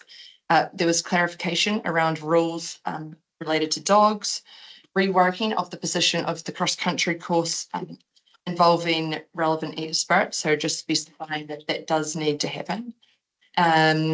prohibiting the use of fireworks, maintaining separation of activities, and then one that came from the last meeting, we've updated the terminology. So instead of talking about proposed layout maps, we're now referring to them as concept layout maps, and that is to really emphasize that flexibility. So I think we've landed in a good place with that. With these changes, the board has recommended that the plan be adopted by council under delegated authority from the Minister of Conservation. The updated plan, it replaces a reserve management plan from the year 2000. And this is going to give us a strong community endorsed framework to guide how the reserve evolves. It ensures Cromwell Racecourse Reserve can continue to serve both current activities and future growth, supporting the community for generations to come. It's my wee spiel. No, well, thanks. Any questions, councillors? There is some commentary on page 11 of the plan around the 1876 race course legislation / legislation relevant anymore. I guess that's something that will come into future considerations, and that nothing in this plan prevents that from being considered at the future as to whether that remains an appropriate place for a racetrack taking up an amount of land. To answer that, so I think the government's doing its own review on old acts like that, and this is one of them that's in the mix. So I think it's what the space when the government gets around to we've been asked for input. Old legislation that's still on the books. I think it's the one that took over the race course. I think that has been repealed or whatever the word is, and it was absorbed under something else. But it is a question that we have to respond to with that particular issue. And it's sort of superseded. It has been superseded by the Reserves Act. It was in about 1941, so it's been sitting there for years. Speaking to certain groups, it seems to be that's it's a important piece of legislation that groups cling to, and it's no longer relevant. True. I'm really pleased to see some of the work that has been undertaken with the equine community and their aspirations for that. And I think the fact that Cromwell has become a real hub for equine facilities and that it attracts a lot of riders and their families and their associated money and time and enthusiasm from outside of our area, and that people are travelling quite a long distance to use those facilities, does point to a kind of lower south equine hub perhaps in the future of some sort. Well, it's big industry. That equine stuff's it's a big industry, isn't it? It's a big paying high net worth industry as well. We produce Olympic level athletes from this country. That's not to say that in the future this couldn't support an Olympic size purpose arena and cover. Yeah, who knows? Who knows? There's space for me to have a pony. So you're going to be seen to be out. Okay, 1862. Clearly this plan that gives flexibility. What's being proposed would also have major impacts on reserve land and present use of land within Cromwell. So I'm assuming at some stage, as things develop, there's going to be a counterbalancing tandem plan in Cromwell within the town. You're right. We've been asked by the board to do a review of the Anderson Park spaces, which will come to the new board in due course to help that whole process with that in mind. Would that include Alpha Street as well? It can do, yeah. But the Alpha Street's it's just soccer and it's busy as it is. And we know they're the ones really pushing to move to the race course because they're the ones that've got quite land area, I guess, for their use in their growing sport. Horse growing much faster than any other sport. If I could just add one thing, I guess it was really important to us when we did this project that we didn't look at the Cromwell Racecourse in isolation because that wouldn't make sense. We're talking about sports field for all of Cromwell, and I guess it affects the wider district and beyond as well. So we've considered all of those things in this project, but then we did have to pull it back to focusing on what this was about, which was the Cromwell Racecourse, but still keeping in mind what will happen in the future. I think that's the work still to be done on the future reports back to the board. Natural reserves, so, yeah. I think the key thing here is that you're right, Gordy, to say look at Anderson Park going forward as well. But I think by the very nature, once you start that, you're going to find that Offa Street will fall into that, because as we see development coming to the north of Cromwell, Pisa Moorings and north of there going forward, there's going to be, I think, a shift in where things might end up going. They can't second guess what that's going to be. That's why I think the board's saying, let's look at that Anderson Park as the starting point, but I think your work will lead you to Alpha Street and then think about saying, heck, plan changes 20, whatever it was, Parkman is through, what's the requirements there, how's that going to work as well? The most important thing I think this plan does, it says, here goes what can happen here now. And the most important thing about reserve management plans to me is to actually make sure it enables what can happen. The fact that it might not happen, when it happens, becomes a little bit irrelevant. It's actually making sure you haven't got a barrier in the road because of a piece of legislation under the Reserves Act that becomes problematic and a reason not to do things. As soon as they sort out as part of that any connection back to or with or not with the Cromwell Racecourse Reserves Act of 1800 and whatever it was, the better. Provide some certainty for everybody that's involved. So yeah, I think it's a good place to be. Will it be perfect? No. Is it right? No. But it'll get us on the starting point. If you look at all the other reserve management plans we've done in Cromwell around the district, they serve us for what we are doing and what we know now and give us some scope for the future. So it's a good outcome in the end. Okay, great. So the recommendations are that we receive the report and accept the level of significance, and B, approve the Cromwell Racecourse Reserve Management Plan 2025 under delegated authority from the Minister of Conservation. You're a mover, entertain a seconder. All those in favour? Against? Carried. Thank you. Good work. Our next item is 25.18.5, and that is the easement over part of Mannaburn Dam Recreation Reserve, and we have David. So this report is seeking council under its delegated authority from the Minister of Conservation to grant a private easement over part of the Mannaburn Dam Recreation Reserve. This issue, as we heard earlier, is a long-standing one, and there is an option to form an alternative access off the legal road. However, it has some practicality issues on it, and there is also the option in the report, as recommended in the report, to use Section 48, one of the Reserves Act, to grant an easement over that piece of land. And as we heard in the public forum, there's a potential, I guess, for want of a better word, trade-off for some legalising some of the land that the road goes on that's not actually a road, to make it formal road as part of a separate process to this.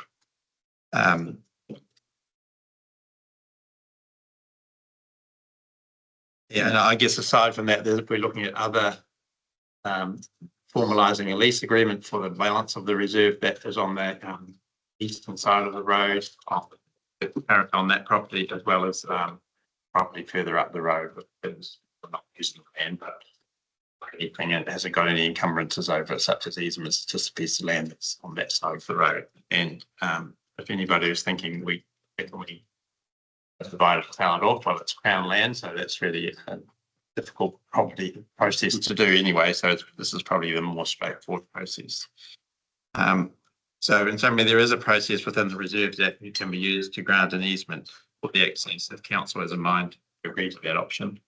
As I said, it does have the other option, but it puts some impositions on the current landowner. And just how this came about. It's been around for quite some years. We're just trying to tidy it up. So I'm happy to answer any questions. We know who's responsible. But in an ideal world, we would say you have to move your driveway to put it onto it's suitable to come from the road. But it also feels a bit rich when our road goes on their land as well. So it's kind of seems like the most practical solution to something that probably couldn't have been foreseen when we didn't have the maps available. really tidy it up in the interim, and it's not. It is an unusual move to do a private access over reserve land unless there's particular circumstances, and this would be the second one in the state that we have the other ones down in Roxburgh. Which I was interested to read that actually, because I didn't realise that's how that came about. You know where it is, so that's another one to resolve. Really. Yeah. Okay, so everyone's happy with the recommendation. We've got recommendations A to F. I'm happy to move. And Nigel is happy to second it. All those in favour? Against? Carried. If that tidies it up to that lease agreement part. Okay, so item number 25.18.6. Neil, is this the one that you are abstaining? I was the last one and this one. On this one, okay. You and I were the last one, I was this one. 25.18.6, request for the Minister of Conservation's consent for easement over Sugarloaf Scenic Reserve. So this report is seeking to approve a relocation of an existing transmission line easement over the Sugarloaf Reserve. Ultimately, it will see the current transmission line, which is quarter of a way up the hill, removed and put along more or less along the state highway edge, that boundary. So I think it'll be a win aesthetically for the reserve, without having a transmission line through the middle of it. At the Lobe Inlet end, there was still some transmission equipment and lines across that part of the reserve, but the bulk of it should see that being removed over time. It may end up that not all of the transmission line along the state highway can fit in the state highway reserve, so some of it might need, just subject to survey, might need to go onto the edge of the reserve on that boundary. So I think that'll still be a win. So happy to answer any questions on that. Straightforward. Okay, so we are just moving recommendations A to E. I'll be happy to move that, and Nigel's happy to second it. Thank you, Nigel. All those in favour? Against? Carried.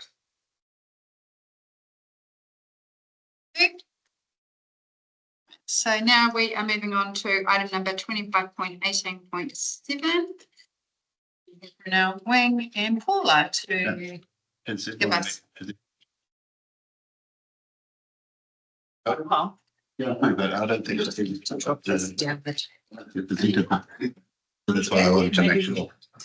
Seen this. Give us an insight on the Central Otago collection.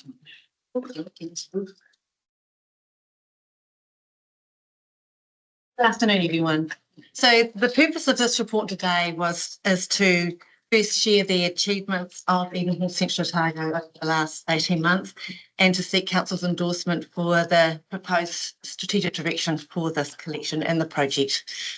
Some people might ask why Council would invest in a collection such as this, and we're here today to demonstrate to you that the Edenhall Central Otago project is enhancing the local economic growth and development in our region, an activity that aligns directly with the proposed purpose of local government through the coalition government. Council's role in this collection is owner and guardian of kaitiaki of the collection. We hold the collection in its entirety and in this region so that it can be preserved and conserved for current and future generations. And we're also looking for opportunities that enhances the economic value and celebrates our regional identity. All of the while, we have in mind that this is to have minimum impact on our ratepayers and on our rates in our region, which creates an interesting platform for us to work from. And for us, it creates an opportunity for innovation and creativity and creating enduring partnerships. We set ourselves some lofty goals with this collection, and we're here today to explain what we have landed and the future direction we have for this. So we invite you to walk through the past 18 months with us. I've got a PowerPoint presentation that will bring up in a minute.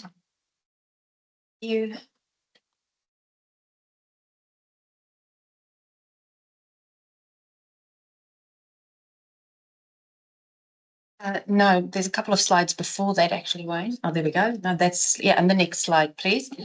So our vision for Eden Hall Central Otago is to enhance it as a source of inspiration to those who follow their dreams, celebrate excellence and embrace the unconventional and the enigmatic. And we will do this by amplifying the stories and the spirit of Eden Hall and Central Otago. So here is a snapshot of what we've achieved, the video. Thanks to Wayne.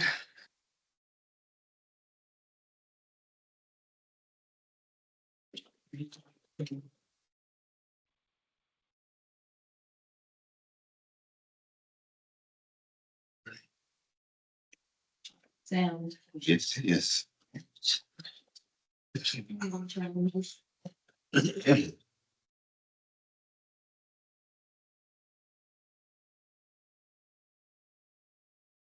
And we could plug into Renal's computer, would that be easier? It did work this morning when Go on, Wayne, make it work. Technology, go on. Oh, you can look at the Oh, Eden Horse started out, he only had a camel, a train, horse, dog, just rocks.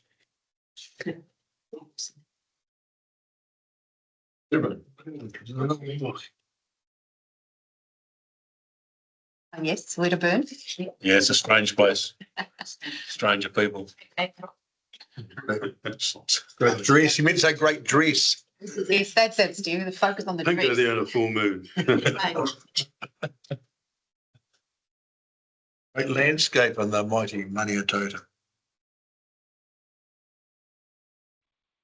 You can always play the video at the end. Yeah. That's easier. My part now. You'll start talking, they'll start playing. Okay, good. Might just jump to one of my comments. It's not really a question, it's more of a comment about potentially looking at, could we schedule some of the events for the Eden collection over our shoulder seasons just to bring more people into our district in the time of year that's not so busy. So Absolutely great to look at. Definitely, Sally, and that is definitely the reason we realigned our 5-year strategy so that we can look at in-region events and activities and how we can activate that. I don't know, I just need to stand near. You didn't do anything, did you? Sort of. Have to make sure you knew it. Have you not? Yeah. That's not a dongle. Yeah, Nathan, press it.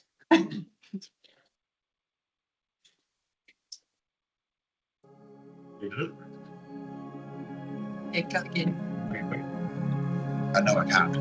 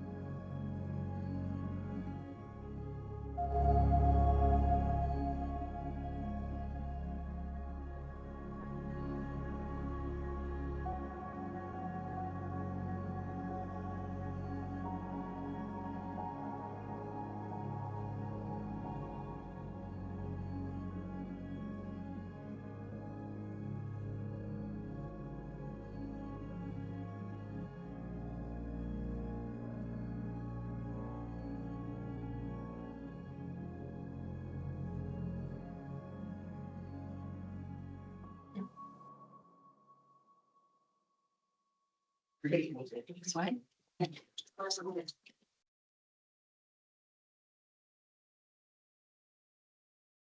You play the rest of the PowerPoint presentation, please. Thank you.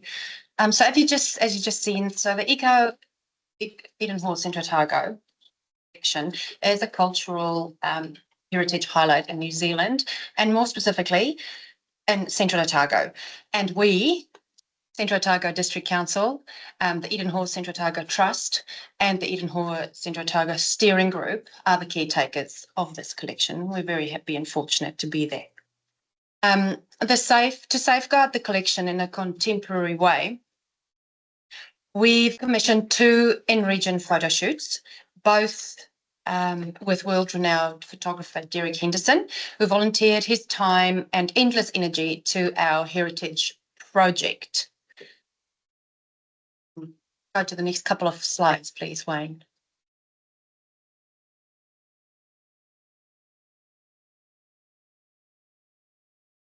So our steering group are the drivers of both the book and the exhibition projects, including the Eden Hall's involvement in ID Fashion Week and Papa Press Publishing.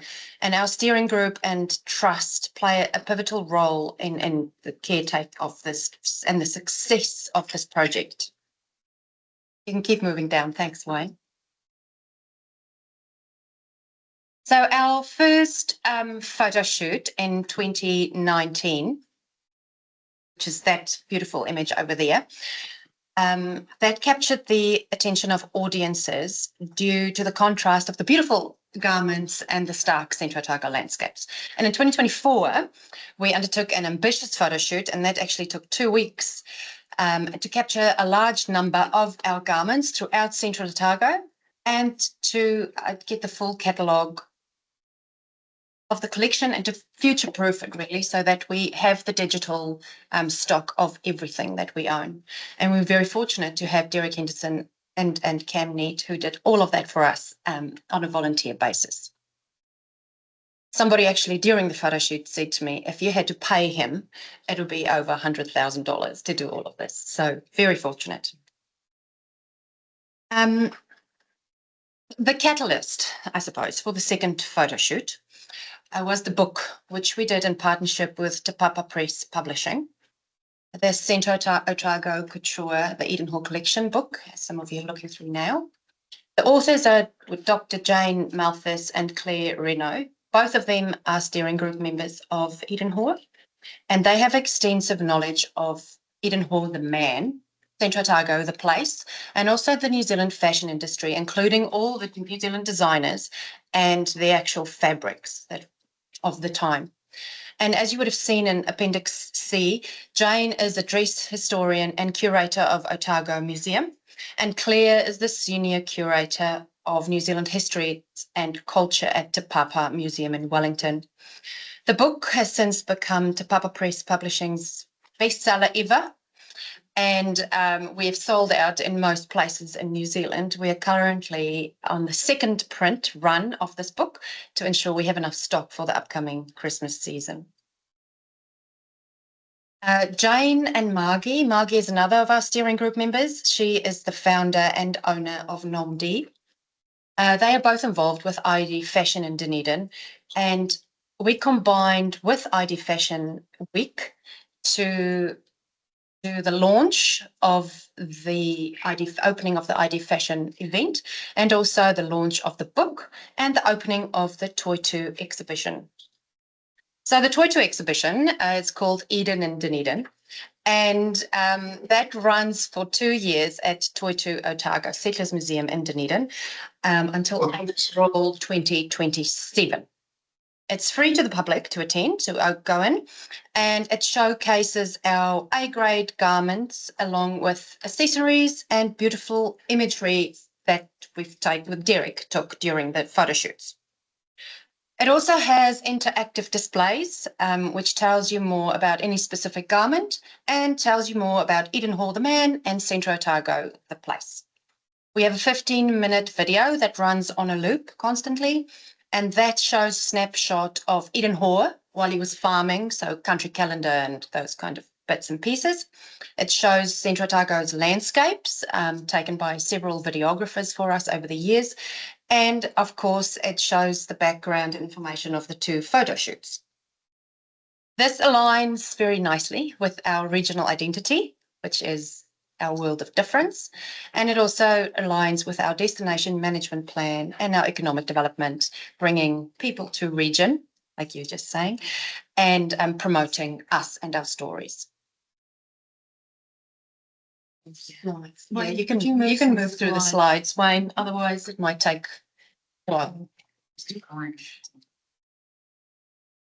So the reason we have the exhibition in Dunedin and not here in Central Otago is Toitū has the facilities. They have amazing glass displays, glass cabinet displays, and they have the ability to use the electronic stories and screen. And these glass displays are all pest proof and climatically controlled. They also have the ability to shut the exhibition at night time, lock it up, and it's safe and sound. And you can keep moving. Thank you. The media coverage. So we've had substantial media coverage with this book and exhibition. We've had 44 pieces of coverage, as you can see from our media book. 34 of those pieces were in magazines and newspapers with a readership of just over 1 million people reached. We even reached some international audiences, which has been fantastic. So we've been in Kiora, in Flight magazine, we were in Viva magazine, Shepherdess magazine, O3 magazine, and then several times the New Zealand Herald, the Sunday Star Times, the Listener, the ODT, Newsroom, the news from here from us and Central App. And we were also in the spin-off and on Radio New Zealand, which did a couple of podcasts and book reviews on Eden Hall and the book. And another couple of highlights were just the fact that it was New Zealand's #1 book of for a while there, a couple of weeks. It was the bestseller in New Zealand. And also on 7 Sharp, they hosted us and did a beautiful segment on the exhibition and the book. Alongside these huge milestones, we've also designed our own display pods. So with these pods are mobile and they are climatically controlled and pest proof. It makes it possible for us to move them throughout the region and display some of the garments. Currently, we have 3 pods. One is at Central Stories Museum across the road, and 2 of them are at Aloha. And they come alongside a mini exhibition with beautiful photos of Eden Hall and the story of Eden Hall. I shouldn't say photos of Eden Hall, photos of Derek Henderson. And we've also hosted several in-region events in the past 18 months. We had a book. Actually, it was the end of the photo shoot. We had Derek Henderson and Dr. Jane Malthus, and they did an evening at Central Stories Museum where we had fantastic people turn out. And it was also the first time we showed the new pod. Then we hosted a couple of book signings throughout the region. We did one on Paper Plus in Alexandra and again at Aloha in Ranfurly, again with Derek Henderson, Jane, Claire, and Michael Upchurch from Te Papa Publishing, and also a couple of our models. It was really well attended. We were also invited to attend a gallery opening in Auckland, which had the exhibition photos, some of them, and the book launch, again with Derek, Jane, a couple of the lovely models, and Te Papa Press Publishing. And we're also involved in several nationwide book events at the moment, where we host the Eden Hall Central Otago Book Talk. And we're very fortunate that we have volunteers who go and do this on our behalf in the form of Jane Malthus, Claire Renault, Margie Robinson, and Michael from Te Papa Press Publishing. So amazing, and we're very lucky to have these people on our side. Eden Hall is very grateful for all the in-kind support and opportunities we receive. We apply for grants and we receive donations, which contribute to our significant achievements and our financial status, I should say, not statements. Well, pretty much both. It all fits in well with our core principles, which is #1 is protecting the collection and honouring the regional identity, which is the story of Central Otago. We're drawing on the expertise of our steering group, for whom we are very grateful, the commitment of council and the staff at council, and people partnering with us, however that might look like. We've been very, very fortunate with our partners. We also hope to seize all the new opportunities coming along and develop our new audiences to expand our reach, really, even more. And so what's next is our new strategy, which was in your appendix. We've got 4 pillars, so we've had to revise our strategy and adjust to our new normal for Eden Hore. We're very excited for the next 5 years and what that looks like, and we've identified our 4 pillars, which is always number 1, conservation, storage, and taking care of this collection, which is an integral part of New Zealand's culture and heritage. And number 2 is our experiences and activities. So that is bringing people in region and also nationwide. And then pillar number 3 is our financial sustainability, obviously really important, along with our fundraising. And then number 4 is celebrate the spirit of Eden Hore, which is basically the governance of how we look after it, and also the people that we partner with, and how we continue that forward.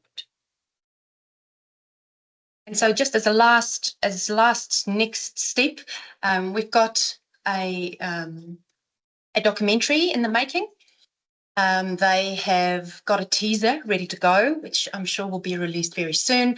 And it is a documentary on Eden Hore and the story of his life and his collecting of fashion. We can't say much more about it. I'd love to show you the teaser, but I can't. Thank you. And that's it. Questions?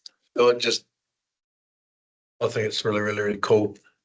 And it's been amazing. I remember from a kid being there looking at the yaks, and there was a wee jigger, to Barry Becker coming back and saying that they bought the Eden Hore collection. It was a world-class collection and we've got to protect it.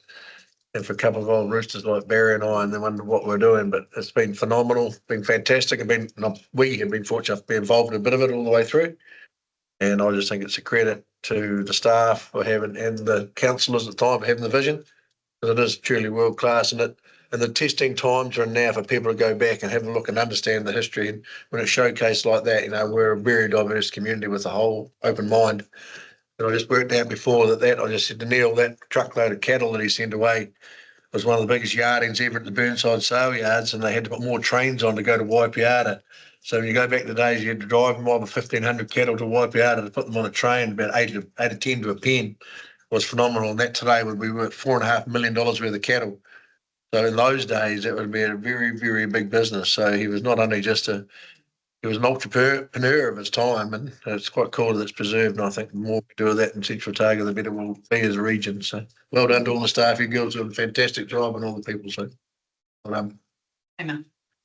And I love that it's called on with the local business community, especially in the Maniatoto area, where they have also got their own plans and aspirations that they are putting into fruition, and also to have welcomed some new members to the steering group, and the next kind of group that hasn't been a part of it since the start coming through, who are also super excited about the project. Although I did hear someone at a Central Stories thing the other night, and there was a photo of Eden Hore, and I overheard a conversation where the man said, "Oh, I didn't realise it was a bloke. That makes more sense." So as much as you try and put the story out there, not everybody's picking up everything that's being put down.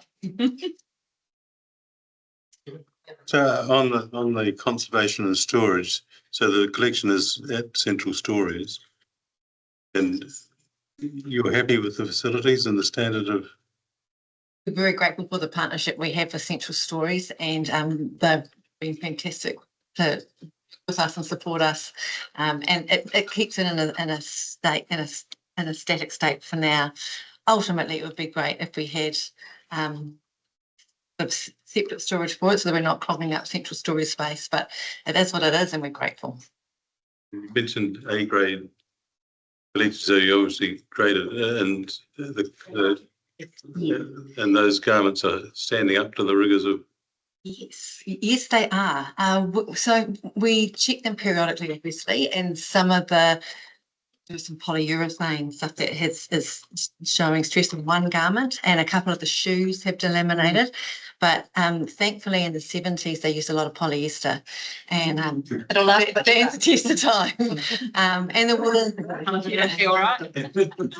so things like feathers, we're careful with because when you move the feathers, they tend to dislodge. So we're careful with feathers, and the woolens, we watch them to make sure there's no weevils in those. So checking those regularly, but they're standing up really well.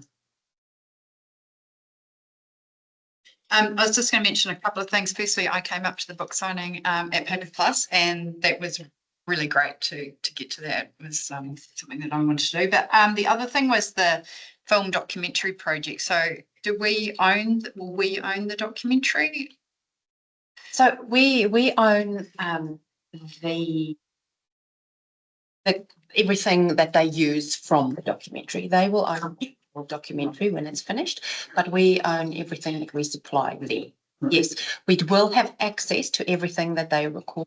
They will give it to us to use in segments, but no, we won't own the documentary as a whole in the end. Okay, because I was just thinking in Te Anau, they did a film of Fiordland, and so they play it on repeat every single day for tourists that are there over the summer, and you can go in and you can see Fiordland from a helicopter, and it's pretty spectacular. And it's a really great way for that cinema to, just to have make extra money and have something that's coming in every day. And I'm thinking around our district with our cinemas, if it could be something that could play on a regular basis, that we would be able to then. Absolutely, it's definitely a conversation we can have with them. And the other thing too that we have been mindful of is any activity we're doing, particularly around the photo shoots. We had Cam Neat with us, who's a fantastic videographer, and he's taken little 10-second clips of the garments and so we're building up a collateral of mixed media so that we can create our own work that fits the exhibition space. And that would just be, I think, something fantastic if visitors to our region could, on any given day, go and see a film on Eden Hall. I think that. Okay, so the recommendations are receive the report, endorse the revised 5-year future direction for the Eden Hall Central Otago, and C, support the continued involvement of the steering group in line with Eden Hall Central Otago's strategic direction. And Stu's going to move it, and Sarah's seconding it. Those in favour? Aye. Against? Carried. Thank you. Thank you very much. Yep. We